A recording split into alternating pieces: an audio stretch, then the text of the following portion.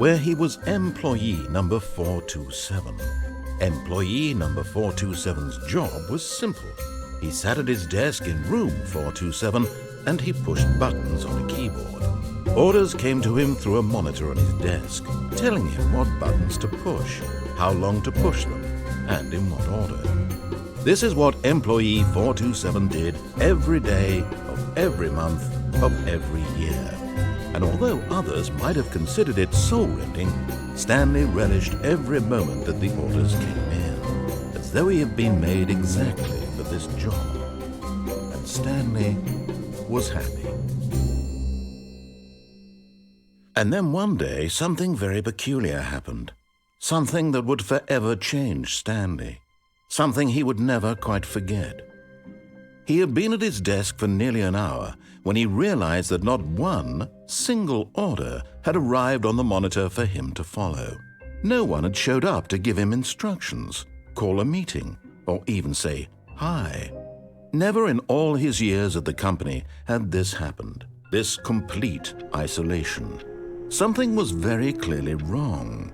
Shocked, frozen solid, Stanley found himself unable to move for the longest time.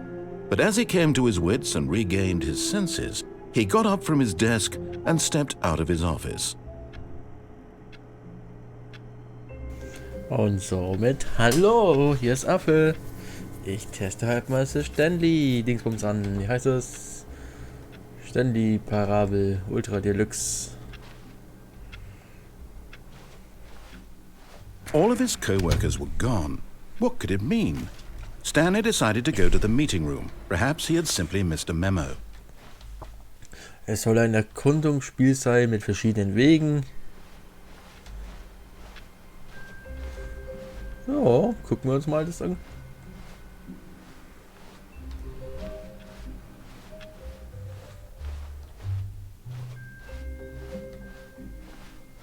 When Stanley came to a set of 2 open doors, he entered the door on his left. Okay, wie gehen wir an das?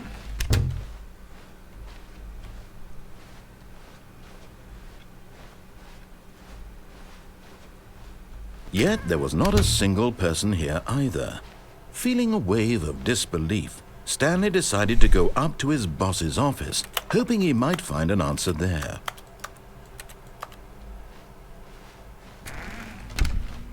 Okay. Coming to a staircase, Stanley walked upstairs to his boss's office. Na komm, wir folgen erstmal der Erzähler.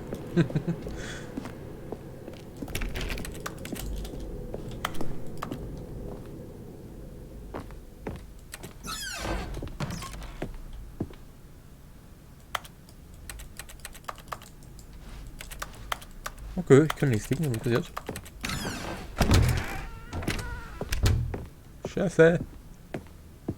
Stepping into his manager's office, Stanley was once again stunned to discover not an indication of any human life. Shocked, unraveled, Stanley wondered in disbelief who orchestrated this, what dark secret was being held from him. What he could not have known was that the keypad behind the boss's desk guarded the terrible truth that his boss had been keeping from him. And so the boss had assigned it an extra secret PIN number, 2845. But of course, Stanley couldn't possibly have known this. Yet incredibly, by simply pushing random buttons on the keypad, Stanley happened to input the correct code by sheer luck. Amazing. He stepped into the newly opened passageway. Okay.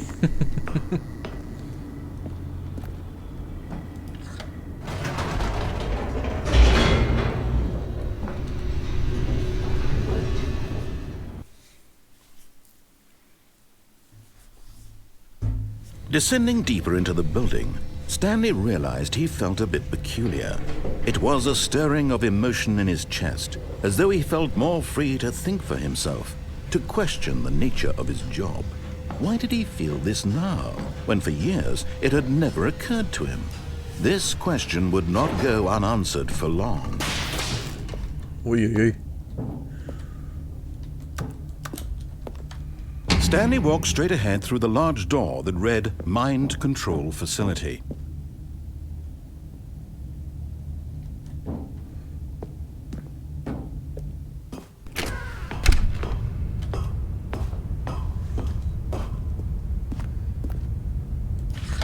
The lights rose on an enormous room packed with television screens. Wow. What horrible secret did this place hold? Stanley thought to himself. Did he have the strength to find out?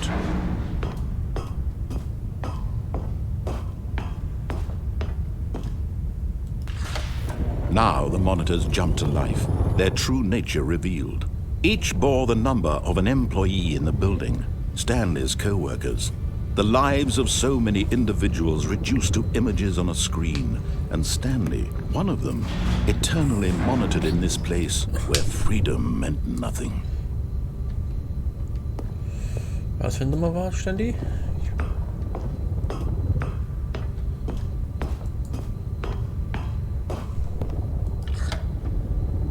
This mind control facility, it was too horrible to believe. It couldn't be true. Had Stanley really been under someone's control all this time? Was this the only reason he was happy with his boring job? That his emotions had been manipulated to accept it blindly? No, he refused to believe it. He couldn't accept it. His own life in someone else's control? Never! It was unthinkable, wasn't it? Was it even possible? Had he truly spent his entire life utterly blind to the world? But here was the proof, the heart of the operation. Controls labeled with emotions, happy or sad or content, walking, eating, working, all of it monitored and commanded from this very place. And as the cold reality of his past began to sink in, Stanley decided that this machinery would never again exert its terrible power over another human life. For he would dismantle the controls once and for all. Okay. Stanley hat ausgemacht.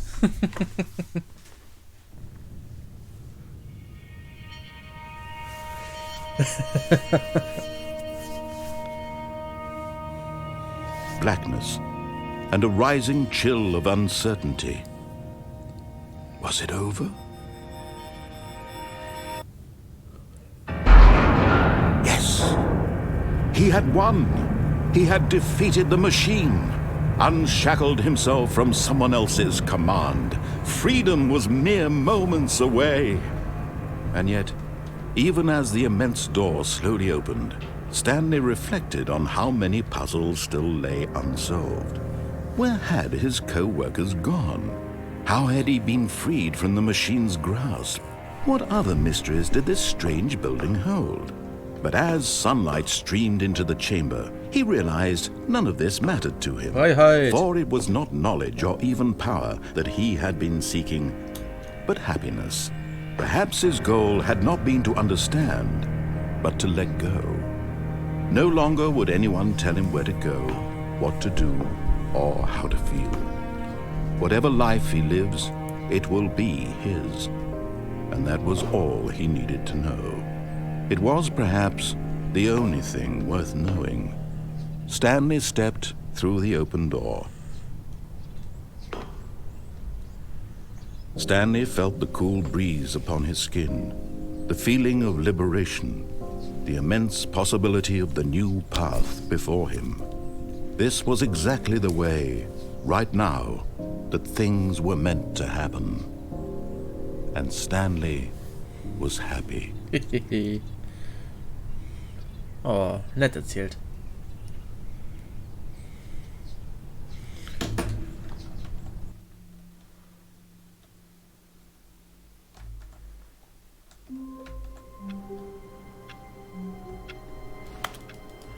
Ich bin wieder hier.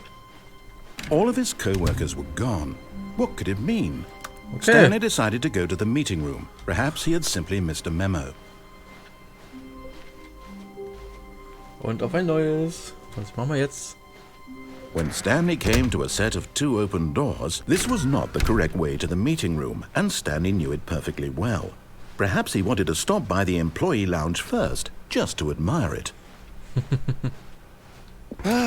Yes, truly a room worth admiring. It had really been worth the detour after all. But eager to get back to business, Stanley took the first open door on his left. Nope. Ich gehe weiter. Stanley was so bad at following directions, it's incredible he wasn't fired years ago.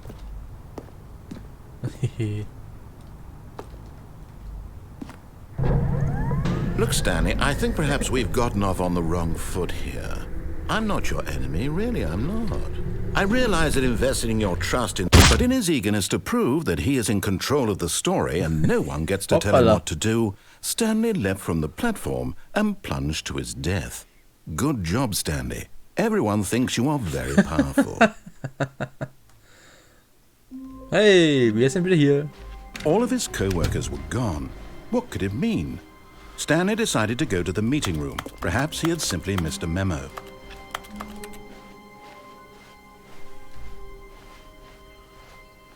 When Stanley came to a set of 2 open doors, he entered the door on Okay, his wir left. probieren was aus. Vor dem Gehirnding war ja ein Escape-Schild. Yet there was not a single person here either. Feeling a wave of disbelief, Stanley decided to go up to his boss's. Coming to a staircase, Stanley walked upstairs Hier to kommen wir his runter. boss's office.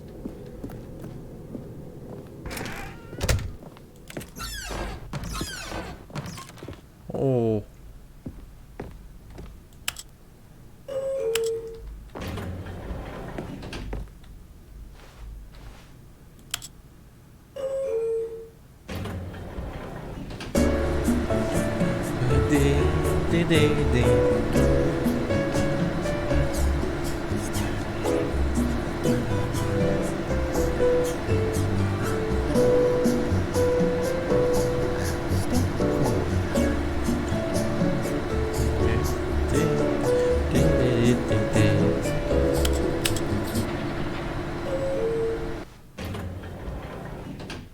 Wow.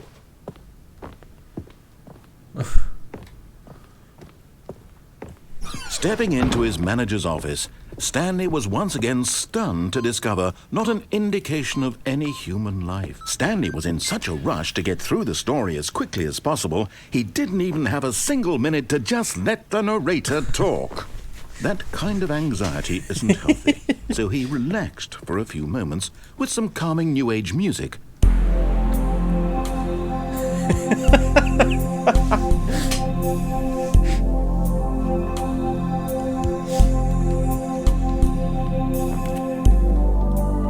Feeling soothed and rejuvenated, Stanley calmly walked forward into the opened passageway. Wie gut.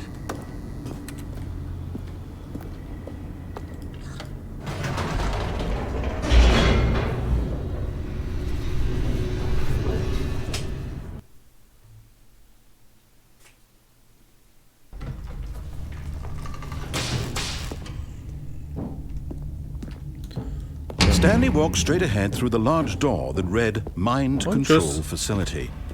Although this passageway had the word escape written on it, the truth was that at the end of this hall, Stanley would meet his violent death. Dann The riskieren wir's door mal. behind him was not shut. Stanley still had every opportunity to turn around and get back on track. Nein, wir bleiben hier. At this point, Stanley was making a conscious, concerted effort to walk forward and willingly confront his death. Ich stell mich den Tod.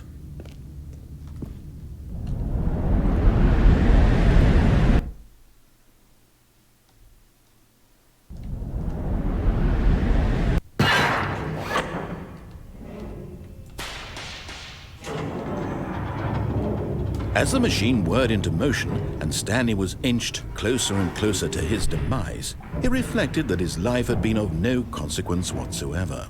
Stanley can't see the bigger picture. He doesn't know the real story, trapped forever in his narrow vision of what this world is. Perhaps his death was of no great loss, like plucking the eyeballs from a blind man. And so he resigned and willingly accepted this violent end to his brief and shallow life. Farewell, Stanley.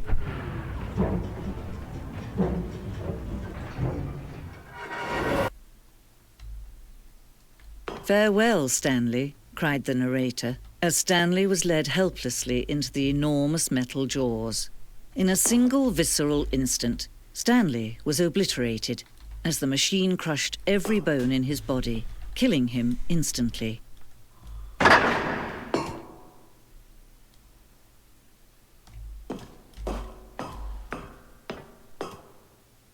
And yet it would be just a few minutes before Stanley would restart the game, back in his office, as alive as ever. What exactly did the narrator think he was going to accomplish? When every path you can walk has been created for you long in advance, death becomes meaningless, making life the same. Do you see now? Do you see that Stanley was already dead from the moment he hit start? Wie gut ist das denn? Oh, scheiße hier.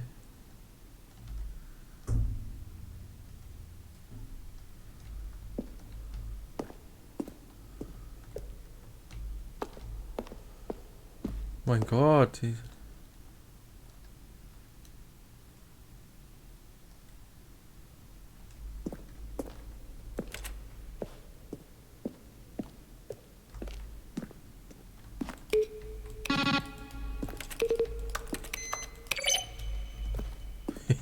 Critics.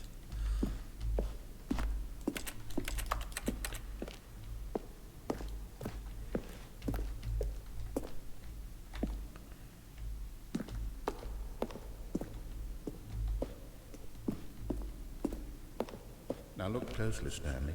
See how it's impossible for the player to do anything in this room. Perfect example of poor level design. Textbook mistake. It's the kind of thing you'd pick up on intuitively if you had even the most fundamental understanding of good and bad. Ist hier so ein Easter Egg?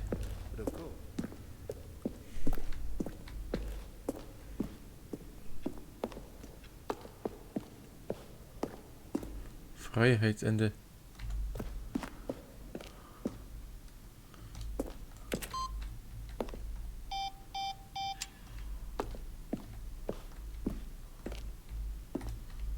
Nein, hier will ich nicht raus. Wir gucken uns erstmal um.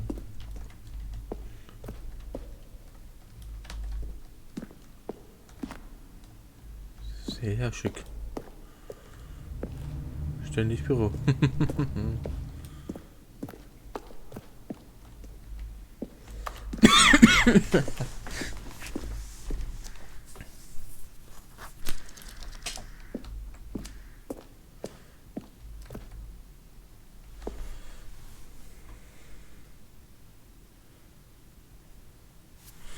Okay.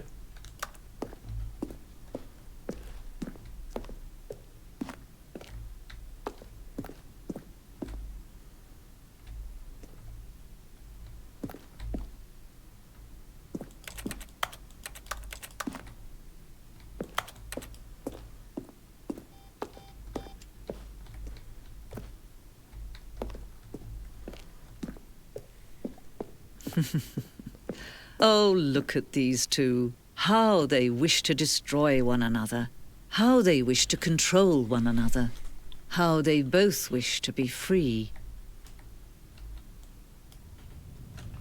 Can you see? Can you see how much they need one another? No, perhaps not. Sometimes these things cannot be seen. But listen to me. You can still save these two. You can stop the program before they both fail. Push escape and press quit. There's no other way to beat this game. As long as you move forward, you'll be walking someone else's path. Stop now and it'll be your only true choice. Whatever you do, choose it. Don't let time choose for you. Don't let...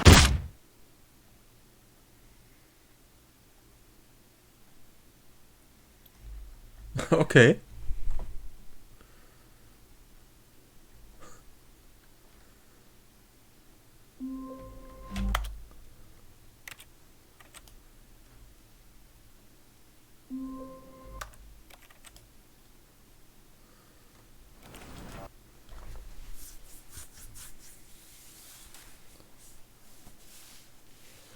This is the story. Okay. All of his co-workers were gone. What could it mean? Stanley decided to go to the meeting room. Perhaps he had simply missed a memo. Schauen wir mal.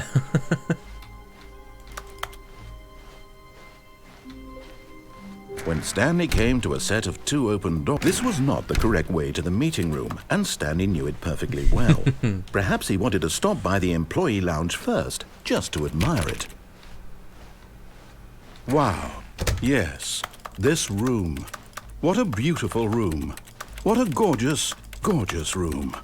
Thank goodness Stanley had taken this detour on his way to the meeting room.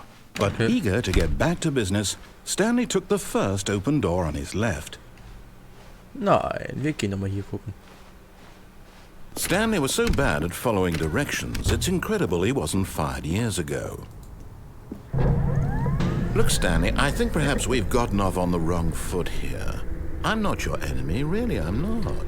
I realize that investing your trust in someone else can be difficult, but the fact is that the story has been about nothing but you all this time. There's someone you've been neglecting, Stanley. Someone you've forgotten about.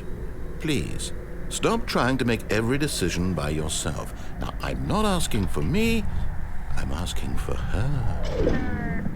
This is it, Stanley. Your chance to redeem yourself, to put your work aside, to let her back into your life. She's been waiting.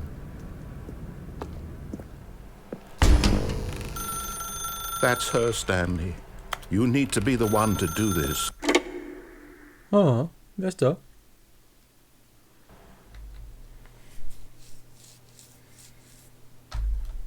Oh, Stanley, is that you? Hold on, sweetie. Sorry to keep you waiting. I'm just pulling the bread out of the oven. All right. Okay, there we go. All right, now, I want you to come in and tell me all about your day. Gotcha! Oh, come on. Did you actually think you had a loving wife who'd want to commit their life to you? I'm trying to make a point here, Stanley. I'm trying to get you to see something. Come inside. Let me show you what's really going on here. Nope. Sorry, but you're in my story now. Ach komm. This is a very sad story about the death of a man named Stanley. Stanley is quite a boring fellow. He has a job that demands nothing of him, and every button that he pushes is a reminder of the inconsequential nature of his existence. Look at him there, pushing buttons, doing exactly what he's told to do. Now he's pushing a button. Now he's eating lunch. Now he's going home. Now he's coming back to work. One might even feel sorry for him, except that he's chosen this life. But in his mind, in his mind he can go on fantastic adventures. From behind his desk, Stanley dreamed of wild expeditions into the unknown, fantastic discoveries of new lands. It was wonderful. And each day that he returned to work was a reminder that none of it would ever happen to him.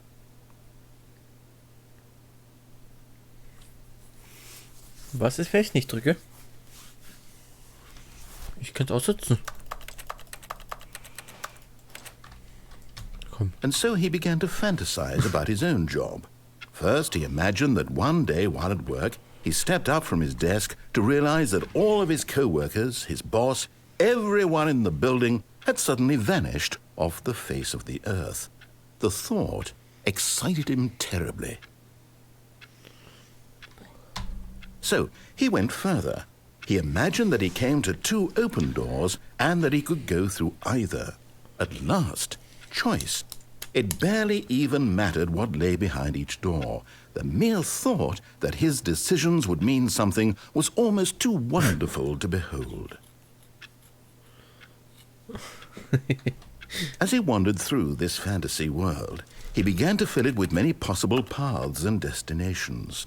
Down one path lay an enormous round room with monitors and mind controls. and down another was a yellow line that weaved in many directions, and down another was a game with a baby. And he called it the Stanley Parable. It was such a wonderful fantasy, and so in his head he relived it again, and then again, and again, over and over, wishing beyond hope that it would never end, that he might always feel this free. Surely there's an answer down some new path, mustn't there be? Perhaps if he played just one more time. But there is no answer. How could there possibly be? In reality, all he's doing is pushing the same buttons he always has. Nothing has changed. Yay. The longer he spends here, the more invested he gets, the more he forgets which life is the real one.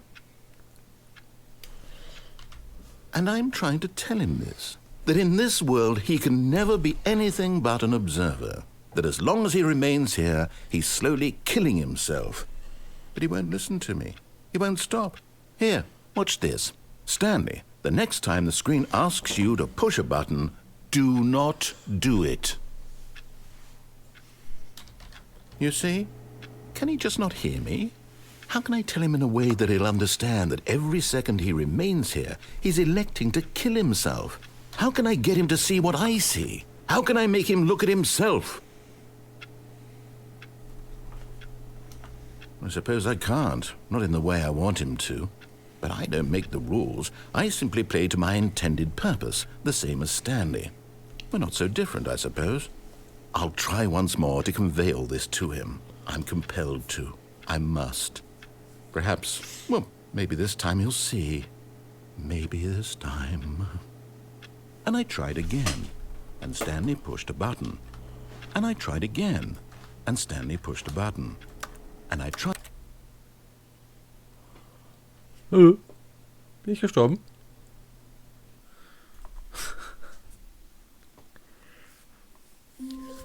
Hey! How wonderful. Stanley was alone. Finally. This is great, he thought to himself. This is what I've wanted all along. I got what I wanted.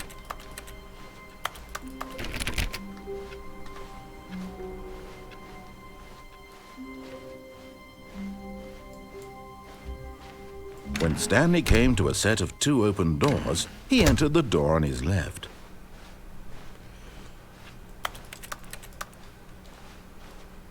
Yet there was not a single person here either. Feeling a wave of disbelief, Stanley decided to go up to his boss's office. Coming to a staircase, Stanley walked upstairs to his boss's office. Nein.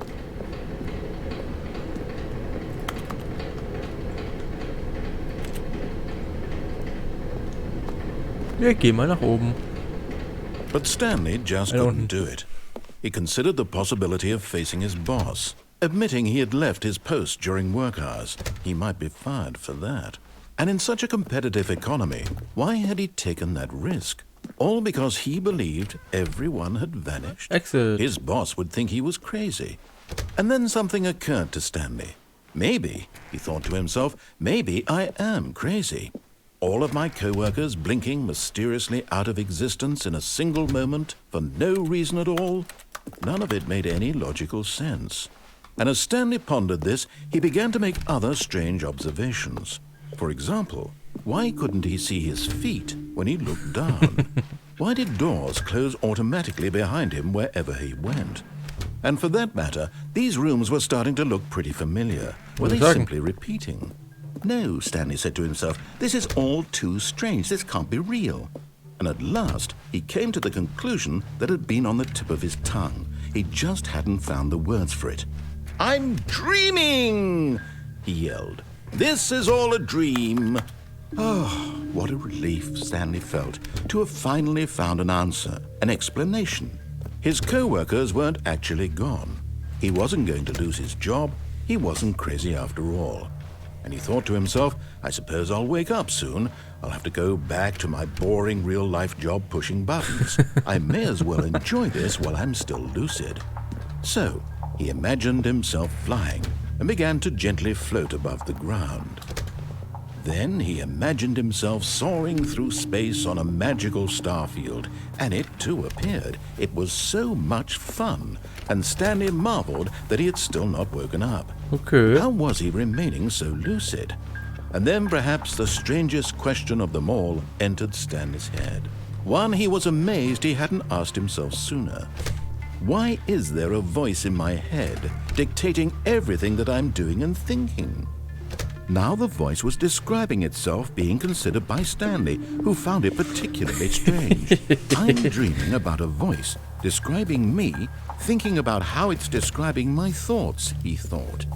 And while he thought it all very odd and wondered if this voice spoke to all people in their dreams, the truth was that, of course, this was not a dream.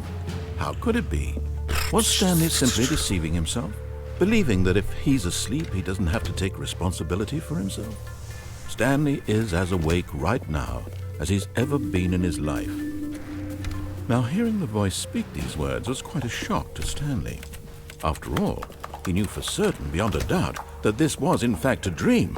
Did the voice not see him float and make the magical stars just a moment ago? How else would the voice explain all that? This voice was a part of himself too. Surely, if he could just...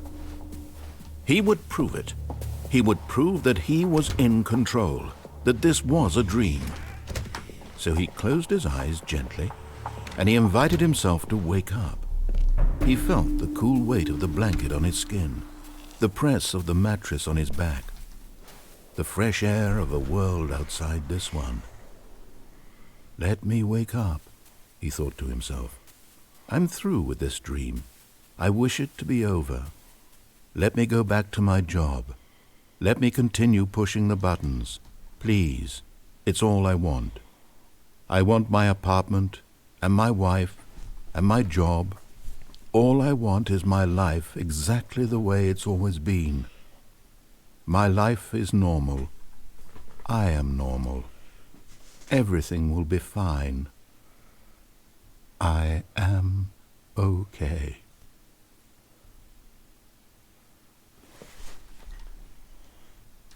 Und ich stehe immer noch hier. Stanley began screaming. Please, someone, wake me up. My name is Stanley.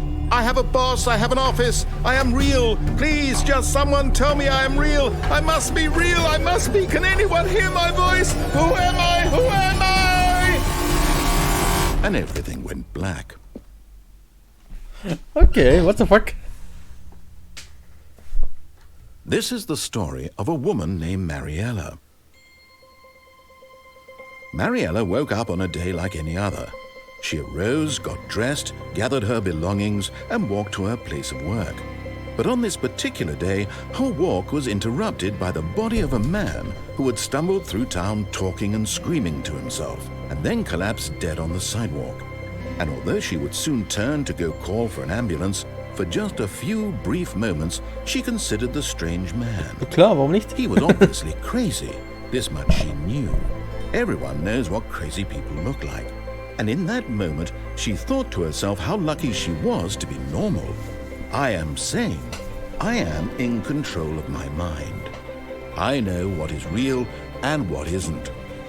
It was comforting to think this, and in a certain way, seeing this man made her feel better.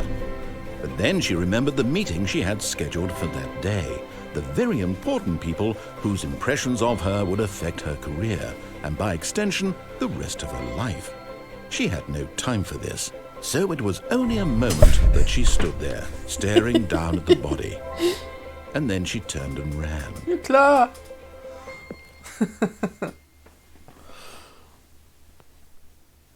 Okay. Das war ein interessantes Spiel. Vielleicht gibt es ein Part 2. Bis zum nächsten Mal.